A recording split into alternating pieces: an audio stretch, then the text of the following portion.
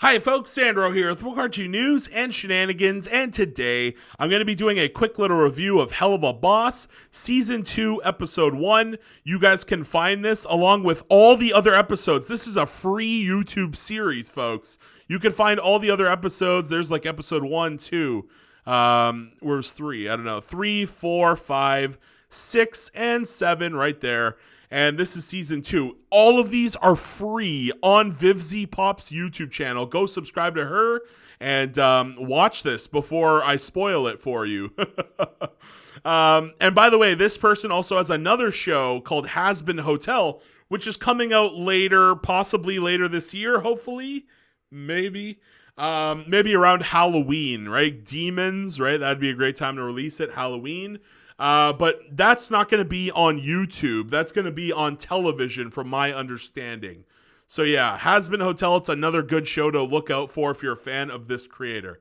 But what we get here is the backstory for Stolas, right? And I'm gonna mix his name up. Sometimes I say Stolas, sometimes I say Stolaz. Just roll with it, guys. I know I mispronounce it all the time. I'm sorry. It's a hard name to say.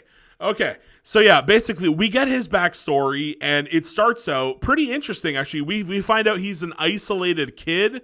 He's a bookworm. He's reading books and stuff, and we basically learn that he has a lot of brothers and sisters. His father mentions that he has a lot of children. We don't actually get to see any of those other children. Do they live in different palaces? Or because we also find out another key piece of lore, a key piece of information. We find out that Stolas here is going to be the demon guardian of the stars. The stars are going to be his responsibility, looking after them. And is he going to be able to see into the future? I don't, did he use that power already? Maybe he did. I don't know.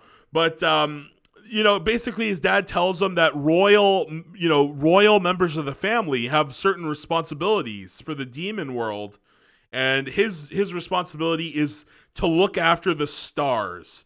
And we also find out that he is the reason that he was forced to marry his wife. It was an arranged marriage, and the reason that he gave birth to his daughter, probably in my opinion, is so even though he seems to be more on the gay side, or maybe he is bisexual, I don't know. He seems to be more on the gay side.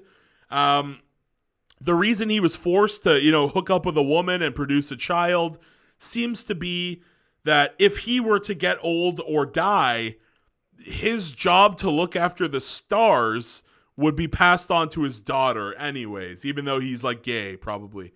So that was really interesting. We get like more. She has a purpose. She has an existence now, right? She has a purpose. Because I always wondered, like, where are they going to take her? Where are they going to take the daughter? We don't actually see much of her in this one. Actually, did she even appear at all? I don't think she did, right? Yeah, I don't think she appeared in this one. I think off the top of my head, or maybe she did later on. I can't remember off the top of my head. She might have been in there for a scene really quickly, but I don't remember. But anyway, nonetheless, not important. Not important. We understand the backstory here. We understand the royal heritage. I was a little bit sad we didn't get to see some of the other brothers and sisters that were mentioned. That'd be cool. Maybe they'll show up later in the show. Maybe later in the season even. Who knows? But we get the main focus of this whole backstory is the reason why the episode is called The Circus. We get the intermingling of Blitzo and Stolas here, right? So basically, he's a bit of a bookworm. He's isolated as a child. He doesn't really fit in, doesn't really have any friends. So his father takes him to the circus, and he sees Blitzo as a kid, right? He sees Blitzo as a kid. And we also do get to see Blitzo's father. I think there's a picture of it right here, actually. It's in black and white, but I think that's them, maybe. Yeah, I'm pretty sure that's him and his dad there. But it was pretty funny. So basically, Blitzo, he's a bit of a not the best circus performer. He doesn't remember how to make the balloon animal properly, so he starts joking around about it, but nobody really finds it funny, except for Stolas here. And basically after the circus show is over, his father sees that he enjoyed Blitzo. So he goes to his father. He goes to Blitzo's father and he says, "Can I buy your son?" I mean, they are demon. And this sort of thing probably happened back in the day, right? Medieval times. There were probably kings that are like, "I'm just going to buy that person," you know? And here's the wacky thing. Blitzo's dad sells him for a whole $5. But then we find out it's a ruse. He doesn't really sell him for $5. Well, he does, but we basically find out that he immediately tells his son, "Son, I sold you, but I want you to go to that royal guy's house and ransack and steal all of his shit," you know? So, I mean, they are imps. They are imps. So it makes sense that they would be mischievous, and it makes sense that they would be little assholes that would steal. And they are demons also, right? So, it makes a lot of sense that they would pull something like this, right? And so basically we get to see he basically convinces Stolas, who just really he doesn't have friends, so he doesn't understand. He ransacks his own house with the help of Blitzo. And then the father did they follow up with what happened to the father? He kind of stole a bunch of shit and got away with it, you know? Whatever happened to him? Maybe the king finds out and kills him later, and that's why he isn't. I don't know. Is Blitzo's father still alive in the present? Who the hell knows? Maybe you guys know. I don't know. But I thought that was a great scene there, and then we get a fast forward. We get a fast forward, a time skip. And we basically see that, they were friends, you know, to some extent. They were still friends. But they kind of drifted apart after a certain point, right? At a certain point in time, they drifted apart. And it seems that Blitzo, as a kid, he remembered that Stolas mentioned his grimoire, right? Because he's the sort of demon of the stars. And he mentions to Blitzo as a kid that his grimoire has the power to go to the human world and do all kinds of crazy shit. So Blitzo, he mentions that as a kid, he wants to be a businessman and he wants to be in the circus and do all these things. And so he basically is living the dream. He is a businessman and he goes and steals, freaking Stolas's book, Grimoire. And I thought that was good because it basically links right back into the first episode where he gets he has the book, and, and now we understand where he got the book from. And we also get to see this bizarre scene, you guys know I'm Catholic. I'm not the biggest fan of these gay scenes and what have you, but this is where you do them. This is a rated R show. This is where you would do something like that. You don't want to be seeing these weird scenes and these weird things like this being shoved into kids' shows. I've said it 1,000 times. I don't like seeing all of this stuff like the pride flag and the trans flag. You should not be putting that into, Big Hero 6 shorts. You should not be putting that shit into Blue's Clues aimed at little kids. This is the show where this material should be, in my opinion.